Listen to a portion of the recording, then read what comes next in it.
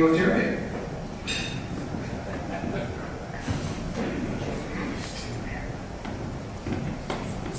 Good afternoon. Today I have the opportunity to introduce our speaker, who is a Paul Harris Fellow, and he's also been a member of the Hanover Rotary Club for 37 years, and also happens to be my father, John Bailey. John is currently the president of Bailey Coach. You may have seen his pink and purple buses around town and have absolutely no idea how I picked those colors. And he's also the co-owner of Travel Time Travel Agency. This was formerly Bailey Travel. We used to be located right down the street for about 65 years until we moved last summer. John is also a board member of the York County Community Foundation, vice president of Pennsylvania Bus Association, and past president of the Springbrook Scholarship Foundation, Hanover Rotary Club, the Lafayette Club, United Cerebral Palsy, and Delaware Valley American Society of Travel Agents. John lives in Springbrook with his beautiful wife, Jane, and they have 2 children. His son works for Mid-Atlantic Equipment, and his favorite child is a member of this Rotary Club who works in the family travel business and happens to be speaking at this moment. Today, John will be sharing the journey that he and his brother experienced while retracing the footsteps that their father took from 1941 to 1945 during World War II. You may have met John's father, who's my grandfather. His name was Fred Bailey. He was a member of this club for 50 years exactly, up until the year 2005 when he passed away at the age of 91. So all of this being said, if you could please put your hands together and welcome our speaker for today, John Bailey.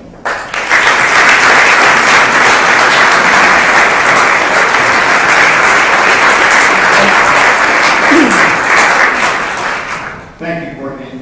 It is my extreme pleasure to address the Rotary Club today. I know that this was Dad's table over here. Many of you sat with him for many, many years. And Dad was an unassuming person, short, always wore a bow tie, lost his sight in later years. And he talked from time to time to my brother and I, about his experiences in World War II. And my brother found his Army 201 file after he passed away in his briefcase. And when he started doing some research for that, we started talking, we said, we need to make a trip to go to Europe. So, Courtney, thank you for that great introduction. She's the 3rd generation, not only in our travel business, but also 3rd generation Rotarian, which I'm very proud of. My father, Fred, was drafted into the Army in 1941 at the age of 27 years. Due to a processing error, he was on a forced march in his first day in the Army, because he didn't go through basic training from Baltimore, Maryland to Gettysburg, PA. He told me he thought he would die on that march. He was assigned to a mule pack and became a skilled mule wrangler, teaching his favorite mule to jump a fence. The Army planned to use mules in Burma and Italy in the mountains to haul supplies and munitions. Dad eventually worked in supply as a sergeant in Texas, then rose commanding officer, said he felt he had far greater talents to give to his country. Fred was a licensed mortician when he entered the Army. He was living in Michigan prior to being drafted with a brother and working in General Motors full-time and attending mortuary school in the evenings. Fred would have never dreamed what night school and mortuary school would do for his career in the U.S. Army. After he retired from the Army in December 1945, he began to work for the Army as an independent contractor in mortuary services in January 1946 through December of 1948 in Europe. And let's go ahead and begin this journey.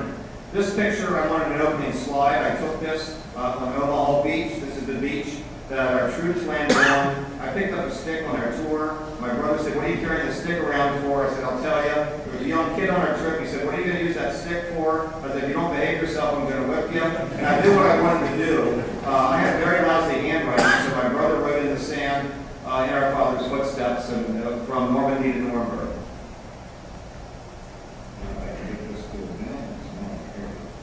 Okay, this is my father, Captain Fred J. Bailey.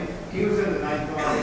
He really was the 8th Army, but the 8th Army, when he got over to Europe, they already had an 8th Army, the Brits. So they renamed that the 9th Army. It was under General Simpson, and Dad served in the headquarters company. And he was, again, in from 1941 to 1945. When Mom and Dad were cleaning out the house in the early 2000s, getting ready to move to Florida, I found a little jewelry case on my brother's bed. I opened it up and I said, "Dad, what is this?" He goes, "Oh," he said, "that's just something they gave me during the war." And I said, "Well, this is a Bronze Star." I said, "What did you do to receive this?" His only response was, "I was just at the right place at the right time." But he said, "Now, Meeker, which is my uncle, and I'm going to talk about him a little bit later, he was a real hero. He received the Silver Star." So I'm going to talk about that a little bit later. All of Dad's medals that he received, he sent home to his sister in Greensburg, Pennsylvania, because Dad was born and raised out around South Fort Greensburg. And his sister died when he was gone. His brother-in-law sold them all, plus everything else my dad had sent home throughout the years from overseas. And we found out about that in later years. I went through one of our employees that was a retired Army, and I found through Medals of America I could get replacement medals. We got these, we got them out, we were going to give them to him for Christmas of 2005, but he passed away that March. So we gave them to my mother for Christmas, and they hang in her study today. This is an organizational chart. This is for grades and registrations. And you know, we only think about the men on the front lines, the ones that are doing the shooting, and never think who is falling behind. But this shows at the very top, it shows company headquarters, where Dad worked in. It goes down to platoon, headquarters, sections, and then squads. There was a total of 260 enlisted men and 5 officers.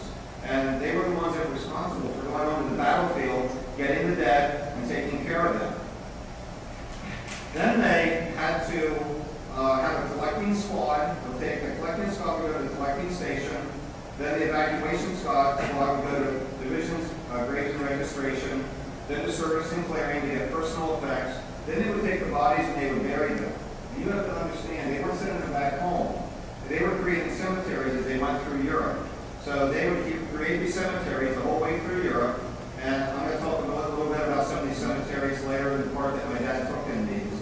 But they would collect all their personal belongings, then they would get those back home. And then after the war was over, it was up to the families whether they would stay buried overseas in an American cemetery or whether they'd send the remains back home to be buried with the family. I read in a book that we found over there that over $500,000 was found on dead soldiers just from this one Captain Schulman's company that worked for my father. And they sent it all home. There was never a penny that was missing. And they also said that after the Battle of the Bulge, a lot of those bodies were frozen. They had to take razor blades and cut their pants open to try to get personal effects out of the bodies because the bodies were frozen so hard. We started our excursion. We flew to Paris and we went to Lorient, France. And we went to Lorient, France for 2 reasons. Number one, Dad told me he helped liberate those German submarine pens in Brest, France. There was very vicious fighting that was there. Those German submarine pens are closed. These German submarine pens are open. There's a museum there. This is one of 3 buildings, K1 through K3 in Lorient. And this could house 30 submarines under roof that were bomb-proof. These were built in 1939 and 1940 by slave labor. You can see how thick those walls are. They use it for light manufacturing. There's still a boat yard there today. But just look at the size of those things. And they could go right out into the ocean and go right into deep water to avoid the enemy, to avoid our patrols. But again, that's just one building.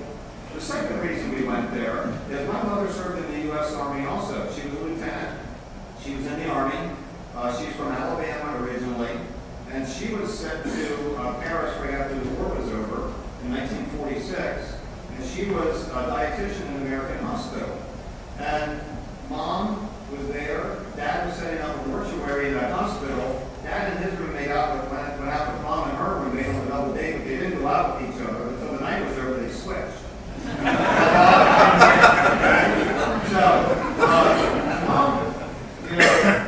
Mom kept going out with Dad because she had access. Dad had access to the mortuary limousine in a really black car. Everybody was walking after the war, so she liked riding around and going on dates in the car. So she kept dating Dad, and I guess he kind of stuck with her. So another reason that we went there was to visit with Denise Herbro. Denise was my mother's secretary. She was 18 years old, a French gal. She did typing for my mom and French interpretation into English. We had communicated with Denise for 70 years, 71 years this year. And when we were there, my mother's still alive. She's 94 years old. She'll be 95 this year. I called my mom from there. That's my brother Jim on the left. They had a really nice chat. They both cried and talked about old times, and also talked about how much my brother looks like my father. I guess I'm a little heavier than Fred was. But it was just such a pleasure to get to meet Denise. Then we went on to Levinson, France. This is a German cemetery. My father worked here. You have to understand, when the Germans were fleeing us, they didn't care about their bodies. They didn't care about their soldiers. They were trying to save their own skins. But we had to come along, collect them, take care of their personal belongings, catalog them, and create cemeteries for the Germans.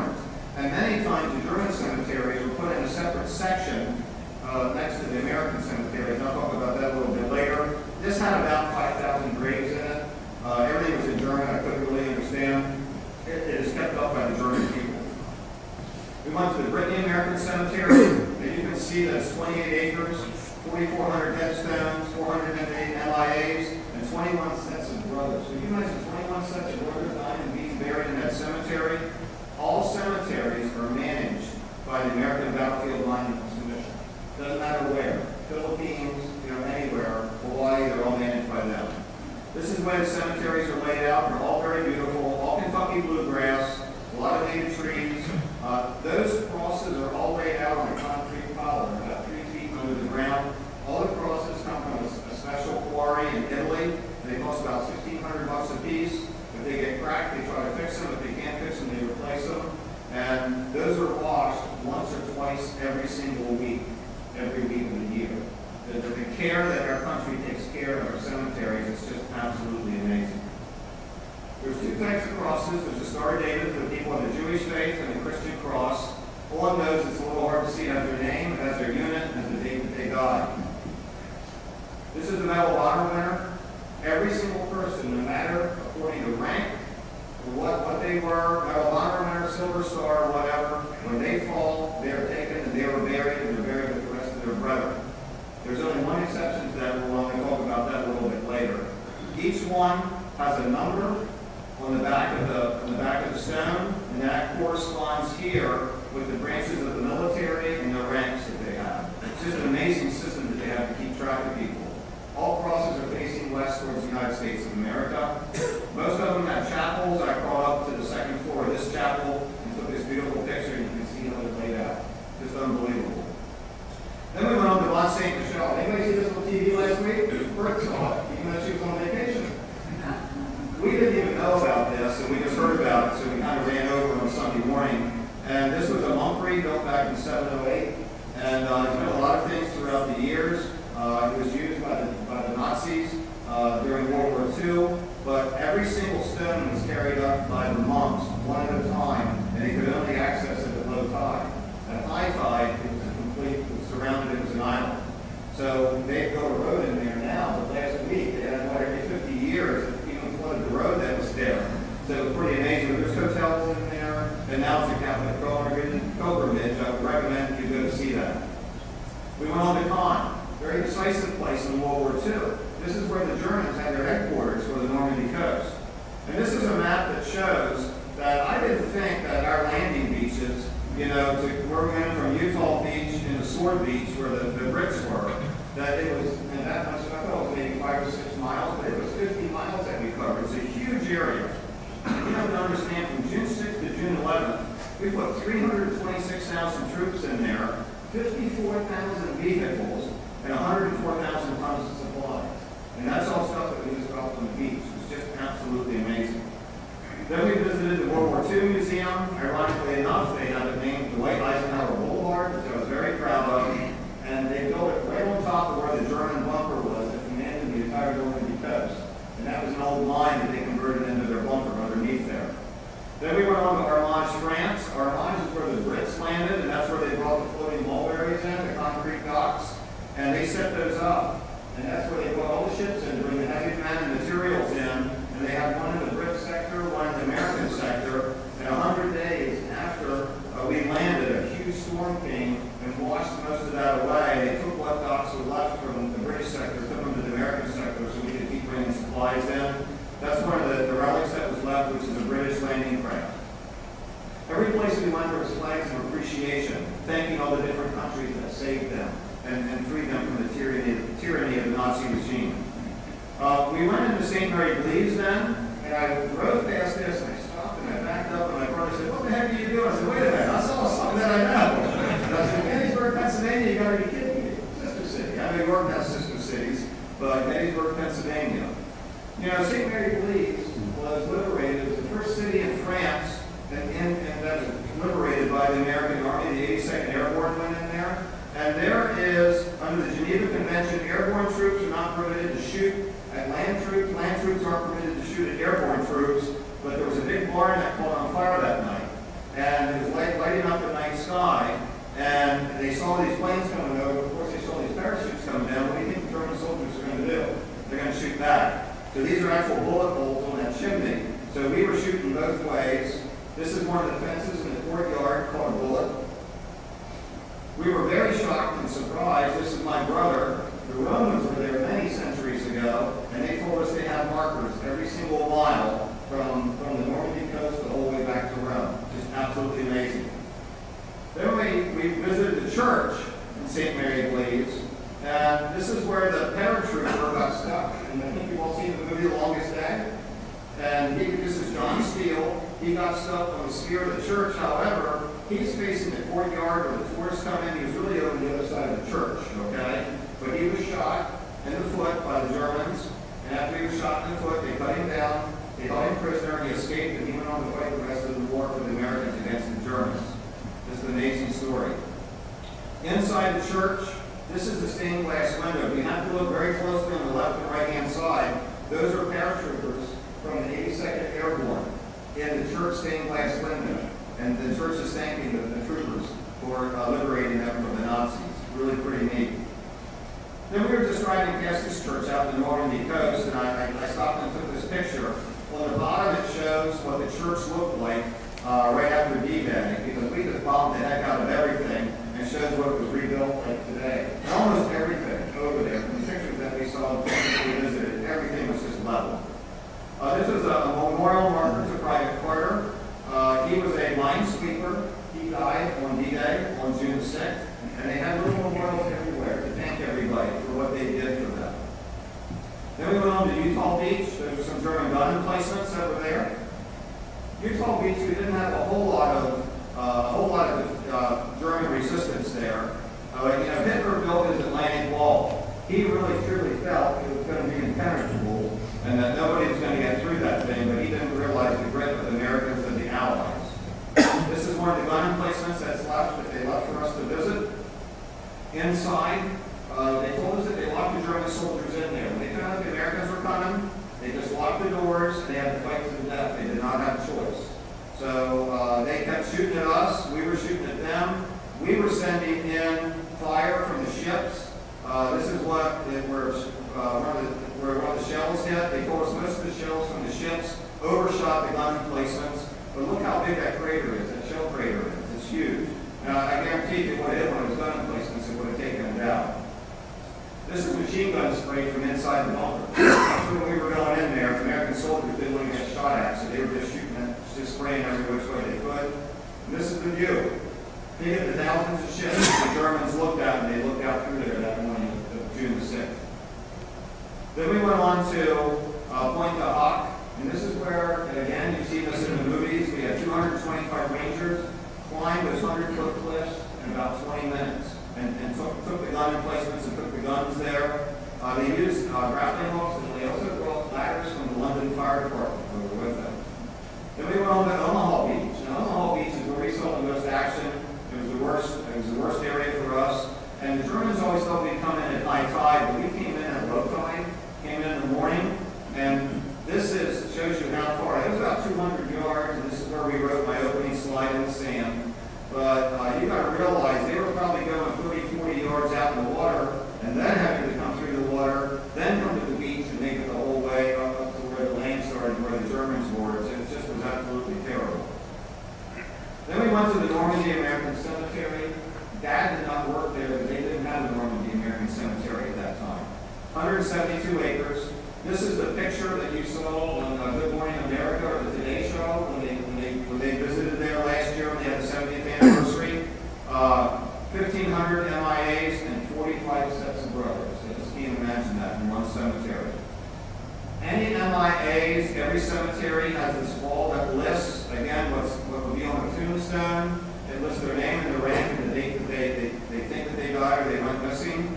If they find their remains after they're on this wall, they place a rosette by their name, and the remains are either planted in that graveyard, buried, or they send them back home, depending on what the family would wish to do. But you'll see rosettes that they told us 10 years ago, a farmer was digging in his field and dug up a boot for a paratrooper that had been there since World War II for 60 years that they found. Then we did in the same cemeteries where Theodore Roosevelt was buried, and again, he was a Medal of Honor winner, and he was a general, and he was buried right with his men. Like I said, there's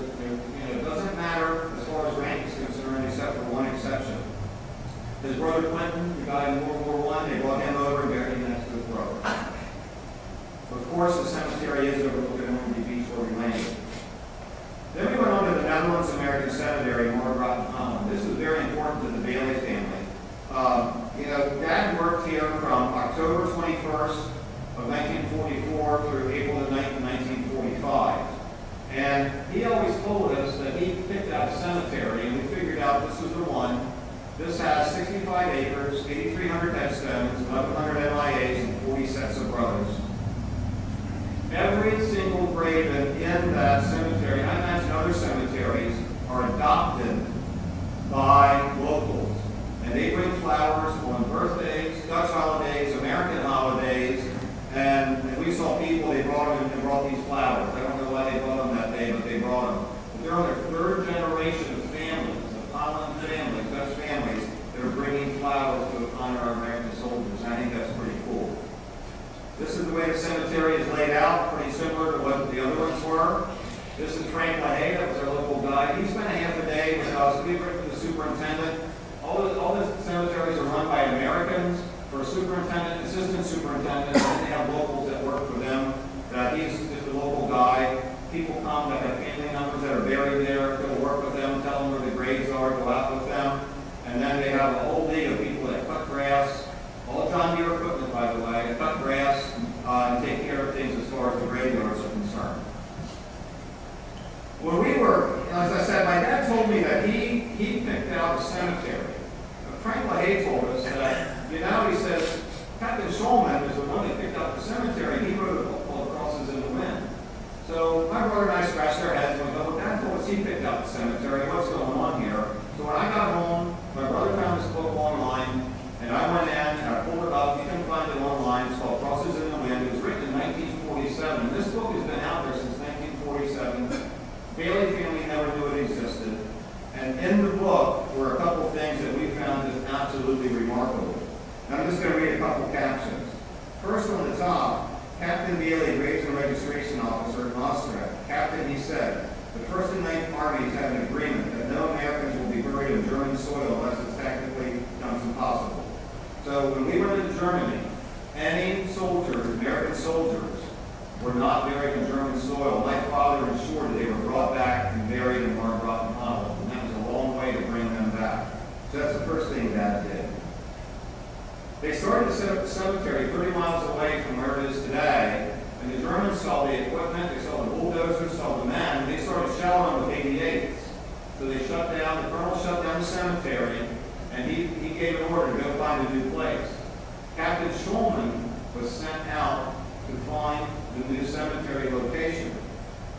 Captain Shulman came back, and he states in his book, Captain Bailey wanted me to cover an area, northwestern Holland, around Delano, trying to locate it closer to the river and Marlborough. I covered every square mile territory around Delano, Munich, Gladbach, and Rosenmann, and reported several excellent spots. My dad comes back then, and Captain Bailey, Graves and Registration Officer for the 9th Army, approved the choice. Yes, this will be the location of the 9th Army Cemetery. Said we couldn't wait to get started. So here since 1947, this proof has been there in this book that's been written and documented, and my father was the one that gave the order to build that cemetery, and at the end of the war, it was the largest American cemetery. One other thing, I talked about Dad's Bronze Star. They had to get roads put in there. They told Dad to call in the Army Corps of Engineers. He called them in, and at the bottom that I have highlighted, it says that it would take them 2 days when they came in. We'll put roads in here in 2 days. It took them 2 months. Because the mud was so bad, they had to send them to out to the forest to cut down trees and put logs down, bring stone in from the riverbed, and Dad received his Bronze Star for working 2 months in the mud trying to get all the surface and access roads into the cemetery. This is the cemetery at the end of the war. 17,000 Allied and American soldiers were buried there, and they had a separate section for the German soldiers that had 5,000 soldiers in. Another excerpt from the book that we found is on Memorial Day, or right before Memorial Day. The war was over in Europe. Captain Fred J. Bailey wanted the entire company assembled for Memorial Day services at Marlborough Cemetery. The main problem was getting enough flowers to cover 17,000 graves. The day before services, there are 20 trucks that they used for mortuary services, collected flowers from 60 villages and brought them in piles to the cemetery. Nearly 200 men and women and children worked all night placing wreaths and flowers on the graves. General Simpson was my father's general. 16 other commanding generals representing the corps and divisions were all in attendance at that Memorial Day service. The very first one in 1945, ordered by my father, and I plan on going back there in the next couple of years to see that. Just an amazing feat. Then we went on to the Henry Chapal Cemetery. Dad didn't work here, but we just felt we'd just stop there just to see it. Just a beautiful postcard picture. I mean, I took that with my camera. Amazing. Then we went to the Ardennes American Cemetery. And when we were there, this is their chapel, and I was really intrigued with it, with the eagle one. I was walking around, I couldn't get in, it was under construction. My brother came running over and said, "Hey John, you gotta get over here right away. I want you to meet somebody." And I'm like, "Who do you want me to meet here?"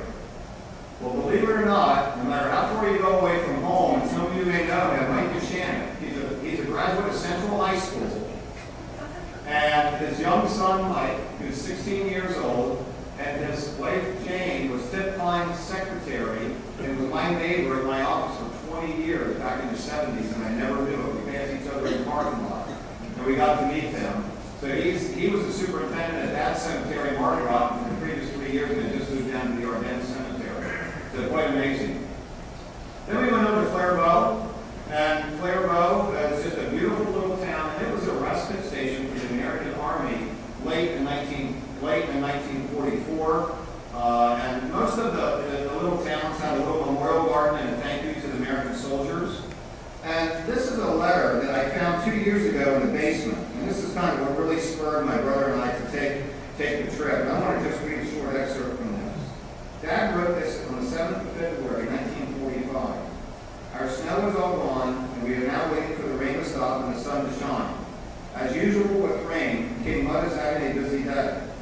Some months ago, I sent you a picture of Clairvaux, a very beautiful town in Belgium, very near the border of Holland and Germany. In the background was a forest where quite a scrap took place. It's a shame of the condition of that town today. I doubt it will ever be rebuilt. That scrap he was referring to was Battle of the Bulge. So I assume that was sent there, because I know bodies were still frozen in the ground. It was late February. The battle was over at Christmas time. And he was probably sent there to set up and start taking bodies back. And this is Clairvaux today. Beautiful little town if you ever get over there. Then we went to Bastogne, and we went to, this is the largest monument in Europe to World War II. And then we went to the 101st Airborne Quarters. But what happened to the 101st Airborne? They got surrounded by the German Army during Battle of the Bulge. And we went downstairs, and this is General McCullough, and when he was surrounded by the German Army, what did he answer? Nuts. Well, the Germans couldn't figure that out. He held out till, guess who came along? Old Blood and Guts Patton. He saved the day, and the Germans started to retreat. Then we went on to the Luxembourg American Cemetery, and again, this is very important. A little bit smaller cemetery. But the reason we wanted to go there, this is where George Patton is buried.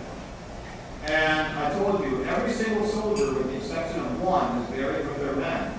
Patton was originally buried with his men, and so many men were coming to see him day after day after day. They were desecrating all the graves around him. So command decided they were going to exhume his body, re-prepare it, and they were going to rebury him at the head of his troops at the Luxembourg Cemetery. Well, who do you think they called on to exhume the body and repair it? Captain Bailey. Captain Bailey got him, dug him up, re-prepared the body, and I asked him, I said, "Dad, did you bury him with his pearl pistols on?" He said, "Yes, I did." When I closed the lid, he had his pearl pistols on, and he buried him where he lays today. Then I want to talk about my Uncle Jack Meeker. Some of you may have known Jack Meeker. He worked at the Standard Register Company here in New York. He was from Michigan originally. And his son, young Jack, works for E.K. McConkey. And Uncle Jack was a lieutenant in Patton's Army. He was on a machine gun platoon. He was awarded the Silver Star. Remember I said, Dad said, now Meeker, he's a real hero. He was getting ready to cross the Rhine River when they were going across. And he sent 2 men up, they got mowed down. He sent 2 more men up, they got mowed down. Uncle Jack grabbed a 50 cal, ran up, set it up in position, started returning fire to the Germans. He told me this, and this was published in the New York newspaper in his obituary. He turned to the right, he saw a silhouette of a German soldier, and all he saw was a muzzle flash. That's all he remembers. The bullet came into his right temple, in his helmet, came inside the helmet, came around, took a chunk out of his ear, and headed to the back of his helmet. And just knocked him out. He told me when he woke up, he thought he had his head blown off because it hurt so bad. And a foreman patched him up. He crossed the Rhine River. He found a dying soldier and asked where his men were, and the guy could just point because the guy was shot in the neck. And he went to the small town. He was captured by the Germans. He was forced marched. And about 3/4 into the forced march, he fell down. He couldn't go anymore due to loss of blood and just being worn out. And the guy in the German sentry was going to shoot him in the head. He had his gun up to his head. He was going to shoot him. And the motorcycle, the sidecar came along. They picked him up and put him in. And they took him to here. And we didn't know this place was standing. He told me it was Heppenheim, Germany. But my brother and I went into town, parked the car, met Gerhard Lowson. He was a local school teacher that had a day off school. And I said, is there a prisoner of war camp around here? He said, yes, we went to the Shell Station and turned left. Well, he turned out to be our guide for the day. And this was an insane asylum. This is where they kept the insane. And they needed room for the Americans and the Allies. So they just lined them all up along the fence and they mowed them all down and dug them and buried them in the ditch. That's how they took care to make room for the prisoners. But Gerhard was very instrumental in going in and got me a history book that I gave to my cousin Jack. It's all in German, but it explains about this and explains about the occupation as a prisoner of war camp. Now, this is the back section where the Americans were held. This is where Uncle Jack was held. Now, on Good Friday, which will be in 2 days, 71 years to the day, this Friday, my Uncle Jack got up. He didn't hear anybody speaking German. Now, he had been there for quite some time. The only thing that they'd given him to eat was sawdust bread and water. And he was hungry. Everybody else was hungry. They couldn't find any Germans, so they went outside to this courtyard. And he described this courtyard vividly to me, and it was just as he told me, it's just as I pictured it. And he said he heard men machinery coming. He and his friend were out there picking lice off of each other, trying to get rid of the lice that they had. And he said this Jeep pulled up, and out comes General Devers from York. And my uncle said he stood there, and he said, I gave the best salute I could give a Canadian general under the circumstances. And the general came up and hugged him and said, my God, Lieutenant, I can't believe the condition of you and your men. He said, what can we get for you? He said, it sure would be nice to have bacon and eggs. I said, I'm so damn hungry. He said, I want something to eat. So the general looked at his assistant, which I would assume would be a colonel, and he said, how about we have these men between white sheets on Easter morning in Paris with bacon and eggs for breakfast? His assistant looked at him and said, General, there's no way that this can happen. He said, all the men and machinery are coming east toward Berlin. He said, we'll never get equipment in there and get the men evacuated.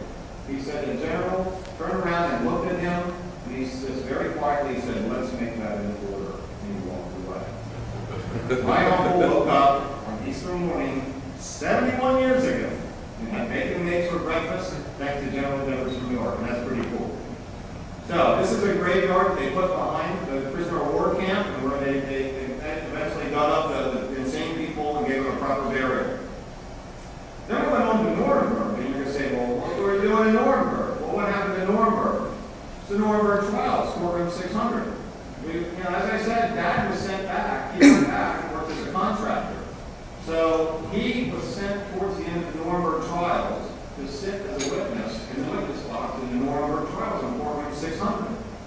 And what did they do when they found them all guilty? They hung them. Okay, there was 12 of them. Now, the night before, who committed suicide? Herman Nuremberg. He got a cyanide capsule. They say it was in his briefcase. My dad told my mom told me the story, that he actually had a little flap. He was pretty heavy and had a big belly, and he had a flap that he had a cyanide capsule inside the belly button. That's where he had it hidden, and they never found it. So during he committed suicide the night before, Dad did tell me that he went into his cell and took Rotarian out and then held him. The next day, and I think it's Rotarian on the right-hand side, they hung him, even though he was dead, because they said they wouldn't let him escape the hanging. So they hung Goering along with all the other ones, and they took him to Dachau prison camp. Dad was responsible for taking him there. They say this is the most photographed gate in the world. Arc bite, lock free. Work will make you free. That's what they always told everybody. If you work hard enough in this prison camp, you will get out. Well, little did they know going in. So why would they be taking these people to the Dachau prison camp, one of the most worst death camps around? At the height of the war, it housed 50,000 people.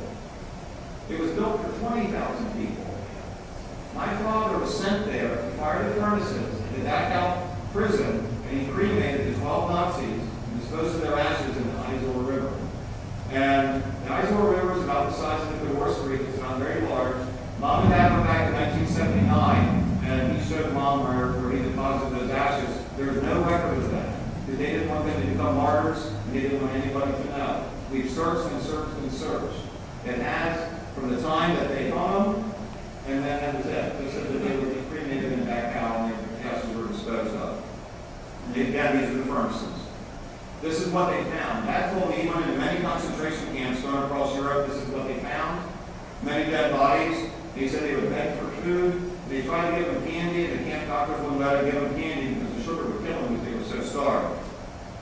This is, shows that the duration of the wars, the World War II being 44 months, the number of deaths, 200,000, and the average deaths, which is far by worse than the worst war that we ever encountered. These are the stats of our trip from July 17th to 31st. We visited 5 countries. We trained. I drove 2,100 miles, flew 10,000. And I'm very proud that I am an American and God has entrusted